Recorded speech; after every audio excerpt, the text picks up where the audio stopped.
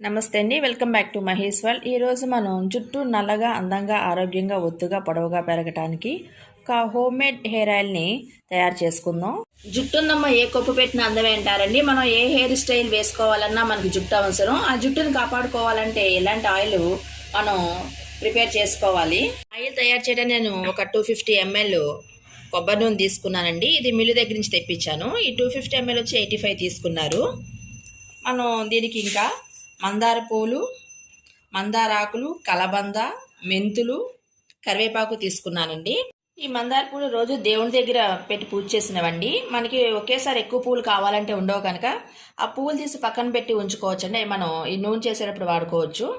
మందారాలు వచ్చేసి మనం రేఖ మందారాలు వాడాలండి. హైబ్రిడ్వి వేరే కలర్ మందారాలు ఉంటాయి కదా, ఆ కలర్స్ వాడకూడదు. ముద్ద మందారం వాడకూడదు. ఇట్లాగా నాటు మందారం, ఎర్ర మందారం ఉంటుంది కదండి, దీన్ని మాత్రమే ఈ ఆయిల్లో వేస్తే మంచి మెడిసినల్ ప్రాపర్టీస్ ఎక్కువగా ఉంటాయి. కలబంద వచ్చేసి ఇటు పక్కన ముళ్ళుగా ఉంటుంది కదా, నేను తీసేసేయాలి. తీసేసి దీన్ని చిన్న ముక్కలుగా కట్ చేసి ఉంచుకోవాలి. కరివేపాకుని, మందారాకుని శుభ్రంగా కడిగి ఉంచుకోవాలండి. దాని మీద దుమ్ముగా ఉంటుంది కదా. ఆయిల్ మరిగించడానికి అడుగు మందంగా ఉన్న బాండీ కానీ గిన్నె కానీ పెట్టుకోవాలండి. పెట్టుకుని ఆయిల్ వేసుకోవాలి. ఆయిల్లో ఒక్కొక్కటిగా మనం అన్నీ వేసుకోవాలండి. ముందు నేను కలబంద ముక్కలు వేస్తున్నాను.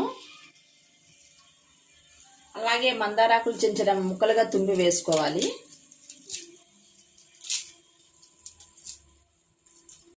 మందార పూలు గ్రీన్ కలర్ లో ఉంటాయి కదా, ఇవి తీసేసేయాలి. ఎండబెట్టిన పూలు ఉన్నాయి కదండి, ఇవి కూడా వేసేస్తున్నాను. అలాగే కరివేపాకు కూడా దానిలో వేసేసుకోవాలి. అది ఫ్లేము సిమ్లోనే ఉంచుకోవాలండి. సిమ్లో నుంచి మనం మరిగించాలి. మెంతులు కూడా వేసేయాలండి. ఇదంతా బాగా మరిగితే అప్పుడు ఆయిల్ కలర్ కూడా చేంజ్ అవుతుంది. ఇది ఆయిల్ మధ్యలో కలుపుతూ ఉండాలి. కొంతమందికి జుట్టు ప్యాచెస్లా రౌండ్గా ఊడిపోతూ ఉంటుందండి. అటువంటిప్పుడు కంగారు పడవలసిన లేదు.